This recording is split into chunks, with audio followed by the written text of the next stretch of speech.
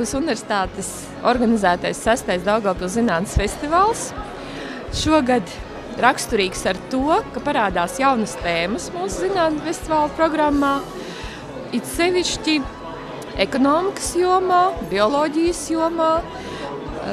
Jaunas tendences ir tādas, ka aizvien interesantāki kļūst arī šo lekciju nosaukumi, jo pasākuma organizatori cenšas uzrunāt auditoriju aizvien saistošākā, pieejamākā veidā.